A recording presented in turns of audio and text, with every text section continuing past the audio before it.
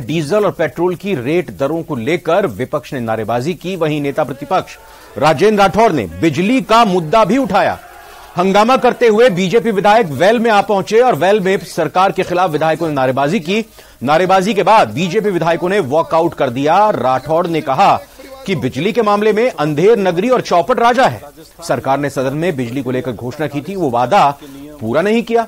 Design box company से 62 करोड़ रुपए के विज्ञापन करवा लिए। फ्यूल चार्ज के नाम पर सरकार जेब काट रही है। तो डीजल और पेट्रोल के मुद्दे को लेकर जबरदस्त हंगामा आज हुआ सदन में और इस दौरान बिजली के मुद्दे पर जोरदार बहस हुई और नेता प्रतिपक्ष राजेंद्र राठौड़ ने सरकार को कटघरे में खड़ा किया। आपने नियम सभापति महोदय गलत बात डीजल ये बता दीजिए अगला प्रश्न स्टेट का और सेंटर का रेशो कितना जाऊंगा। लूट नहीं चलेगी सभापति महोदय, इस पर निश्चित तौर पर बिल टेबल करवा दीजिए। अध्यक्ष महोदय इनके बिल टेबल हो गया। मेरा दरबार साहब हो गया। सभापति महोदय काफी अरसे से राजस्थान की जनता इस बात का सवाल करती है, केवल मेरा सवाल नहीं था, ये राजस्थान के 7 करोड़ लोगों का सवाल है। एक तरफ तो महंगाई राहत कैंप है, दूसरी तरफ महंगाई की सियासी बातें करते हैं, लेकिन राजस्थान में इस समय हिंदुस्तान का सर्वाधिक वैट है 31%, जिसमें डीजल और पेट्रोल की कीमतें दूसरे पड़ोसी राज्यों से 10 रुपए से भी ज्यादा हैं। खासतौर पर जो मेरा सवाल था उसकी भावना थी, इसके कारण प्रदेश की टोटल रेवेन्यू को भी नुकसान होता है। ये जो मुझे आंकड़े बताए थे नवंबर 2021 में जब केंद्र की सरकार ने एक्साइज ड्यूटी कम की थी, उसके कारण उसका असर हुआ था, लेकिन जो आंकड़े दिए वो स्टैटिक थे और यदि उसमें देखा जाए तो बढ़ोतरी यदि रेवेन्यू की होती तो ये सामान्य 3% थी और यदि वैट को कम करते तो 17% रेवेन्यू ज्यादा मिलती। और इधर जयपुर में कांग्रेस की एक महत्वपूर्ण बैठक चल रही है। वॉर रूम में पीसीसी चीफ गोविंद सिंह डोटासरा और प्रभारी सुखजिंदर सिंह रंधावा कांग्रेस नेताओं से मुलाकात कर रहे हैं। विधायक हरीश मीणा ने सुखजिंदर रंधावा से मुलाकात की है और आगामी विधानसभा चुनावों की तैयारियों समेत कई मुद्दों को लेकर चर्चा भी हुई है। तो आपको बता दें, सुखजिंदर रंधावा राजस्थान के कांग्रेस प्रभारी कल रात ही जयपुर पहुंचे हैं और साथ ही साथ आज बैठकों का दौर लगातार चल रहा है और कांग्रेस के वॉर रूम जयपुर में लगातार बैठकों का और मंथन का दौर चल रहा है। आगामी विधानसभा चुनावों को लेकर ये महत्वपूर्ण माना जा रहा है। जिस तरीके से लगातार घटनाक्रम बदल रहा है, उधर विधानसभा में विपक्ष आक्रामक है। आगामी चुनावों को लेकर क्या रणनीति बनाई जाए, किस तरह से केंद्रीय नेताओं के दौरों से लेकर उम्मीदवारों के टिकट को लेकर एक खाका तैयार किया जाए, उसी को लेकर ये लगातार वॉर रूम में मंथन का दौर चल रहा है। आए थे, उनसे मुलाकात करी और अपने विधानसभा के टोंक जिले के जो संगठन के बारे में चर्चा करी थी और अपने सुझाव दिए थे कि कैसे संगठन को और मजबूत करें ताकि आगामी चुनाव में कांग्रेस पार्टी का बेहतर प्रदर्शन हो। सर क्या कुछ रही सर मुलाकात काफी लंबी चली सर आपकी, क्या कुछ सर किस तरीके से विस्तार से चर्चा हुई सर? नहीं, सामान्य बात है संगठन की, अपनी कॉन्स्टिट्यूंसी की, विधानसभा चल रही है, विधानसभा में क्या हो रहा है, ऐसे उन्होंने पूछा तो जो उन्होंने पूछा उसका जवाब दिया। तो जयपुर के कांग्रेस मुख्यालय में पीसीसी चीफ गोविंद सिंह डोटासरा ने एक प्रेस कॉन्फ्रेंस भी की और बीजेपी पर गंभीर आरोप लगाए। डोटासरा ने कहा कि राज्य सरकार ने 2 लाख लोगों के लिए रोजगार सृजित किए हैं। जेजेएम में 20,000 करोड़ के घोटाले के बीजेपी के आरोप बेबुनियाद हैं। राजस्थान की जनता को पानी पिलाना भी केंद्र सरकार नहीं चाहती है। और क्या कुछ कहा प्रेस कॉन्फ्रेंस में गोविंद सिंह डोटासरा ने, आइए सुनाते हैं आपको।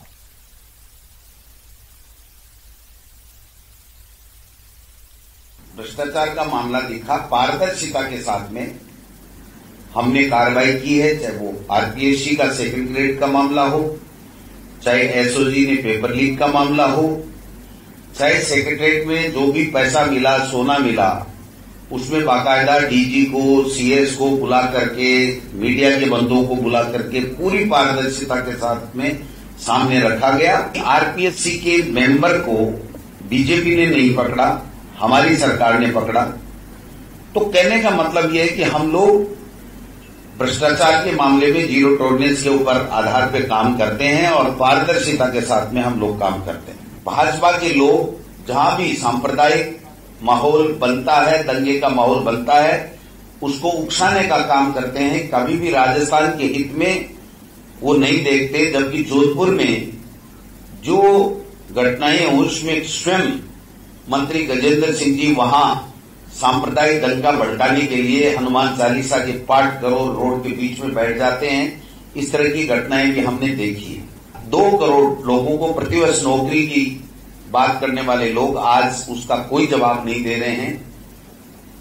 किसी तरह की नौकरी केंद्र की किसी भी उपक्रम में, किसी भी सरकार में, सेंट्रल गवर्नमेंट के द्वारा नहीं दी गई, जबकि हमारे द्वारा 2 लाख से ज्यादा सरकारी नौकरियां दी गई, 1.25 लाख के लगभग चल रही हैं और 10 लाख से ज्यादा प्राइवेट सेक्टर में भी हमारे द्वारा रोजगार दिए गए हैं।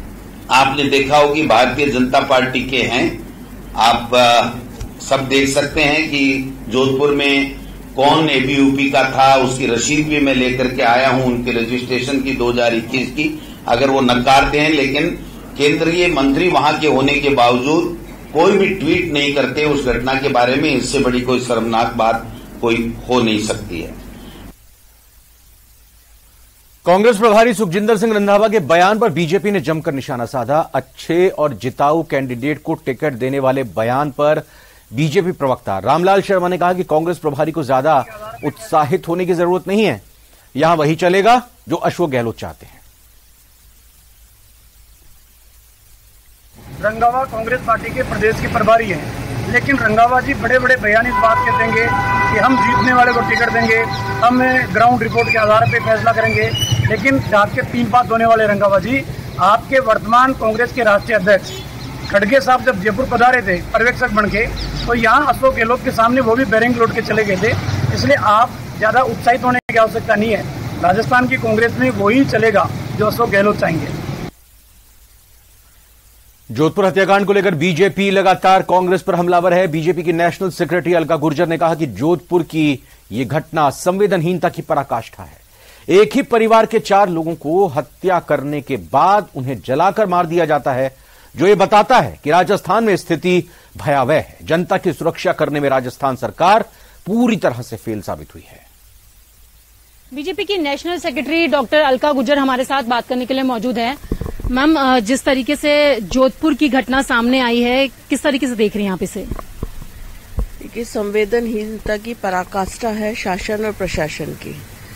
एक परिवार के 4 लोगों को जिंदा जलाना, काटना और फिर उस पर इनकी विधायक का कहना कि मैं तो खुद ही सुरक्षित नहीं हूं, मेरे साथ सब इंस्पेक्टर चलता है, 4 गाड़ियां पुलिस की चलती हैं। तो ये वास्तविक स्थिति राजस्थान की बयान करता है, जो कि बहुत ही भयावह है और न भूतो न भविष्यति।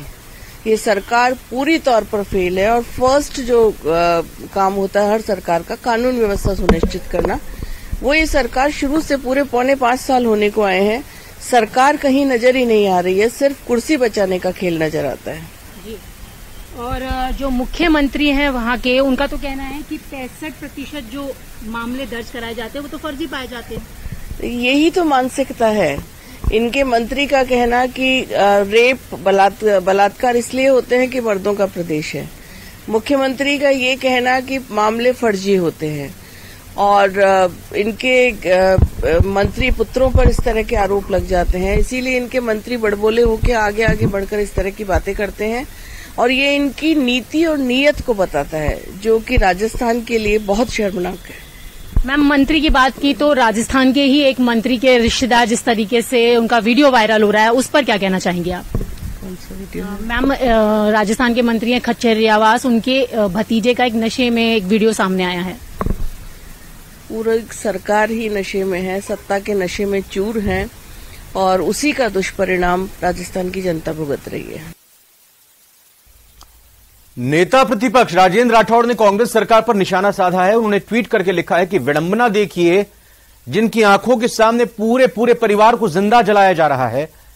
जनता की बस में घुस घुसकर गोलियां बरस रही हैं, दुकानों में घुसकर आम नागरिकों के गले कट रहे हैं। उनसे इसी तरह की विकृत सोच की उम्मीद की जा सकती है। मौत का मंजर राजस्थान से ज्यादा कोई नहीं जानता। गहलोत साहब, आपको बता दें कि कल सीएम गहलोत ने ट्वीट करके मणिपुर में बिगड़ती कानून व्यवस्था को लेकर बीजेपी पर तीखा हमला बोला था और मणिपुर की हिंसा के लिए बीजेपी की लापरवाही को जिम्मेदार बताया था।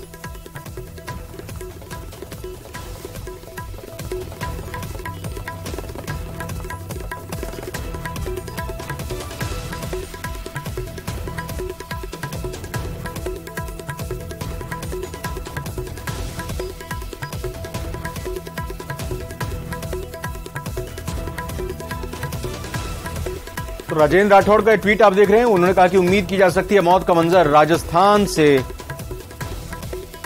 ज्यादा कोई नहीं जानता। गहलोत साहब,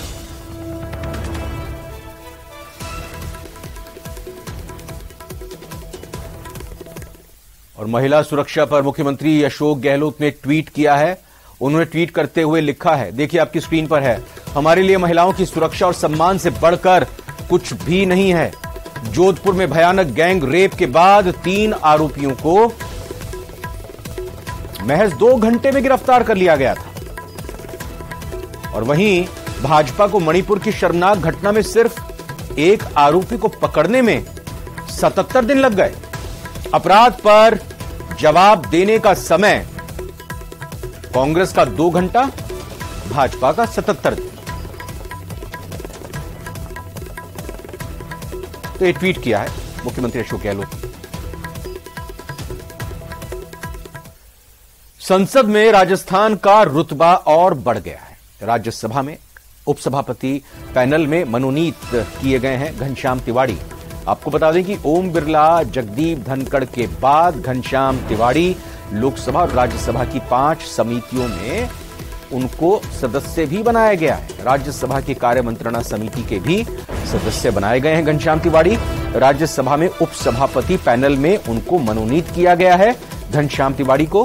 तो ये एक राजस्थान के लिहाज से गौरव की बात। राजस्थान का रुतबा संसद में और बढ़ा है। भाजपा के वरिष्ठ सदस्य और राज्यसभा सदस्य घनश्याम तिवाड़ी को गुरुवार को राज्यसभा में उपसभा पैनल में मनोनीत किया गया है।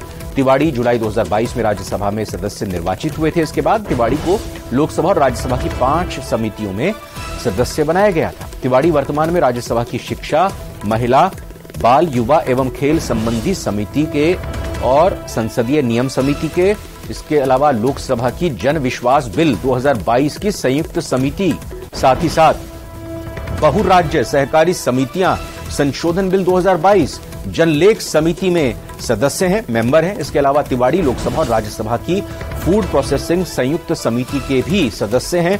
तिवाड़ी के राज्यसभा के उपसभापति मनोनीत होने के बाद वो राज्यसभा की कार्य मंत्रणा समिति के भी सदस्य बन गए।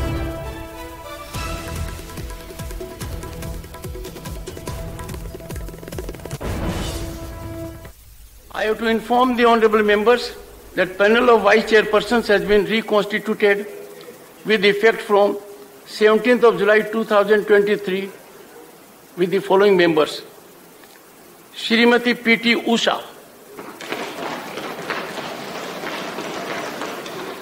Shrimati S. Fangonon Konak, Dr. Fozia Khan, Shrimati Sulata Dev, Shri V Vijay Sai Reddy, Shri Ghanshyam Tiwari, doctor L Hanumanthaiah and Shri Sukhendu Shekhar Ray. Ghanshyam Tiwari Rajasthan के भैरव सिंह जी शेखावत के बाद सबसे विज्ञ संसदीय कार्य की जानकारी वाले व्यक्तित्व है। उनका जितना ज्यादा संसदीय लोकतंत्र और संसदीय क्षेत्र में ज्ञान है किसी दूसरे का नहीं। शेखावत जी भी हैं, मेरे बड़े करीबी भी हैं।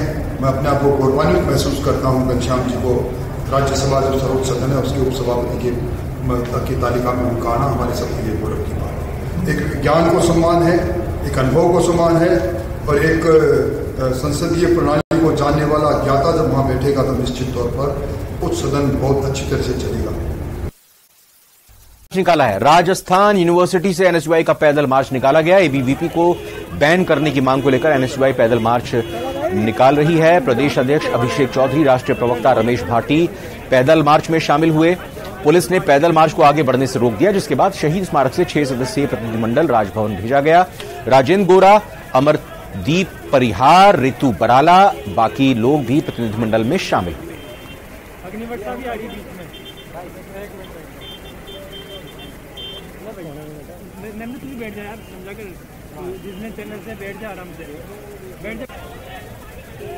ये देखिए 4 तस्वीरें भी इस वक्त आपके सामने है। एनएसयूआई की तरफ से पैदल मार्च निकाला गया और एबीवीपी को बैन करने की मांग रखी गई। आपको बता दें, जिस तरह से जोधपुर यूनिवर्सिटी में आरोप लगे हैं कि माफ कीजिएगा, जो जय नारायण व्यास यूनिवर्सिटी में जो मामला सामने आया और उसके विरोध में एबीवीपी के जो नाम आने की बात कही जा रही है, उसके विरोध में, और जो एबीवीपी ने प्रदर्शन किया उसके विरोध में एबीवीपी को बैन करने की एनएसयूआई की तरफ से मांग की। पीड़िता है, जिसको पीड़िता जो न्याय की गुहार कर रही है, उसको न्याय मिलना चाहिए। वो चाहे किसी भी संगठन के दरिंदे हो, उनको जल्द से जल्द फास्ट ट्रैक कोर्ट के जरिए फांसी चाहिए। संगठन पुरजोर तरीके से इसकी मांग करता है। हमारा ये प्रयास था कि हम राजभवन तक जाए, लेकिन पुलिस प्रशासन ने हमें शहीद स्मारक पर रोक दिया। और हमारा जो डेलीगेशन है 5 सदस्यीय, वो उन्होंने कहा कि हम ज्यादा लोगों को राजभवन नहीं जाने दे सकते क्योंकि उनकी एक गरिमा है। तो आपका 5 सदस्यीय डेलीगेशन हमें बता दीजिए, उन लोगों को हम राजभवन ले जाते हैं। और जो हमारा 5 सदस्यीय डेलीगेशन है वही राजभवन की तरफ पुलिस प्रशासन के साथ गया है। लेकिन अभी पुलिस को और हमारे प्रदेश अध्यक्ष की वार्ता चल रही है। प्रदेश अध्यक्ष हमें जिस तरह निर्देशित करेंगे कि हमें राजभवन तक जाना है, तो हमें चाहे पुलिस की लाठियां खानी पड़ी, चाहे जेल जाना पड़ेगा, हम राजभवन जाके एनएसयूआई का कार्य शांतिपूर्ण तरीके से हम यहाँ तक आए और शांतिपूर्ण तरीके से ही हम आगे बढ़ रहे थे। हमारे पुलिस प्रशासन ने यह आग्रह किया कि आप इससे आगे अपने जुलूस को लेकर मत जाइए, हम आपके प्रतिनिधि मंडल को हम राज्यपाल साहब तक हम ले जाएंगे, आपकी बात को हम उनके सामने सुनिश्चितता से रखवाएंगे। एक रैली आई थी शहीद स्मारक तक, ये राजभवन जाना था, तो इनसे बात करके और रूट तय किया था, उसी रूट पर आए थे। शहीद स्मारक से ये राजभवन जाना चाह रहे थे, यहाँ समझाइश कर दी, सारे लोगों को शहीद स्मारक ले लिया और इनका डेलीगेशन राजभवन में ज्ञापन देने के लिए भिजवा दिया। देखिए, एनएसयूआई जो है वो पैदल मार्च निकाल रही थी राजधानी जयपुर में, लेकिन पुलिस ने उन्हें शहीद स्मारक पर इस वक्त रोक दिया है। शहीद स्मारक पर जो तय रास्ता था, उस रास्ते को इन्होंने क्रॉस करके राजभवन की तरफ बढ़ने की कोशिश की, मगर इन तमाम लोगों को रोका गया है। ये कहा गया है कि केवल एक डेलीगेशन जो है वो यहां से जाएगा। आसपास चारों तरफ आप देख सकते हैं पूरे शहर के ट्रैफिक को डाइवर्ट जो है वो किया गया है। इस डेलीगेशन को यहां से रवाना जो है वो किया जा रहा है, 5 लोगों के डेलीगेशन को, और ये 5 लोग जो है वो अपनी बात कहेंगे गवर्नर से। ऐसी बात पर सहमति बनती हुई नजर आ रही है, लेकिन यहाँ पर पुलिस जो थी, इनको काफी कोशिश करने के बाद में इन्हें बमुश्किल इन्हें रोका गया। तस्वीरें आप देख पा रहे हैं, सीधी तस्वीरें जो है इस वक्त राजधानी जयपुर के शहीद स्मारक की बैरिकेडिंग से आ रही है, जहां पर इन लोगों को रोका गया है और ये कहा गया है कि पूरी तरीके से जो केवल एक डेलीगेशन जो है वही यहां से जाएगा। हेमंत हमारे साथ में। हेमंत, 5 लोगों को ही भेजा गया है, किस बात पर सहमति बनी है? और वहीं एनएसयूआई के पैदल मार्च पर एबीवीपी के राष्ट्रीय मंत्री होशियार मीणा के निशाने सामने आए हैं। उन्होंने निशाना साधा है। उन्होंने कहा है कि राजस्थान में बिगड़ी कानून व्यवस्था के मुद्दे को एनएसयूआई डायवर्ट कर रही है। राजस्थान में जिस तरीके से राजस्थान में बहन बेटियों के साथ बलात्कार की घटनाएं, जनजातीय दलित समाज की बहन बेटियों के साथ में घटनाएं बढ़ी हैं, विद्यार्थी परिषद लगातार इनको लेकर संघर्ष कर रहा है। सरकार द्वारा सुनियोजित तरीके से विद्यार्थी परिषद को बदनाम करने की साजिश रची जा रही है। जिस तरीके से ये लोग लोकतंत्र में विश्वास करने की बात करने वाले लोग आज लोकतंत्रवादी कहाँ चले गए, जो लोग एक सामाजिक संगठन को बंद करने की मांग करते हैं। इन लोगों को शर्म आनी चाहिए।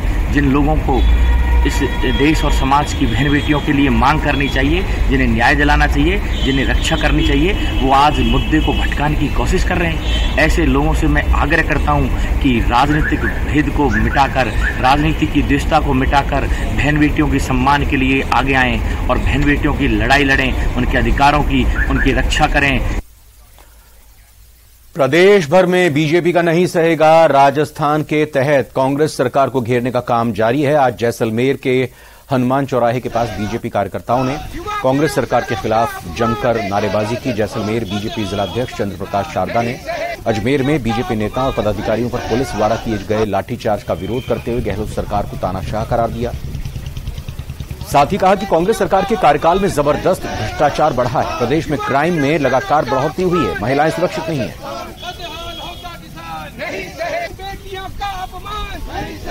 एक विशेष कार्यक्रम जो बीजेपी ने शुरू किया है, क्या है इस कार्यक्रम के बारे में बताएगा? नई सहेगा राजस्थान के नाम से ये कार्यक्रम 15 दिन का भारतीय जनता पार्टी ने राजस्थान में चलाया है। उसके तहत 16 तारीख से ये कार्यक्रम शुरू हुआ है और 21 तारीख तक चलेगा और 1 तारीख को जयपुर में इसका समापन है, जहां देश के यशस्वी प्रधानमंत्री श्रीमान नरेंद्र जी मोदी भाजपा कार्यकर्ताओं को संबोधित करेंगे। आज गांधी दर्शन में पूरे प्रदेश में ये 16 से करके 31 तक जो ये भारतीय जनता पार्टी द्वारा हल्लाबोल कार्यक्रम और जनता से वादा खिलाफी सरकार को चेतावनी दे रहे हैं कि आपने 4.5 साल में जो वादा किया आपने जनता की सूद ली नहीं। नई सहेगा राजस्थान के तहत मैं धन्यवाद देना चाहूँगा हमारे माननीय जिलाध्यक्ष जी को, जिन्होंने मुझे जिले का विधानसभा का जैसलमेर का प्रभारी बनाया। उसको लेकर कल से मैं पूरे विधानसभा के दौरे पे रहूंगा और अधिक से अधिक पंचायतें कवर करने की पूरी पार्टी मिलकर के कोशिश करेगी। और इसी खबर के साथ फिलहाल महाराजस्थान के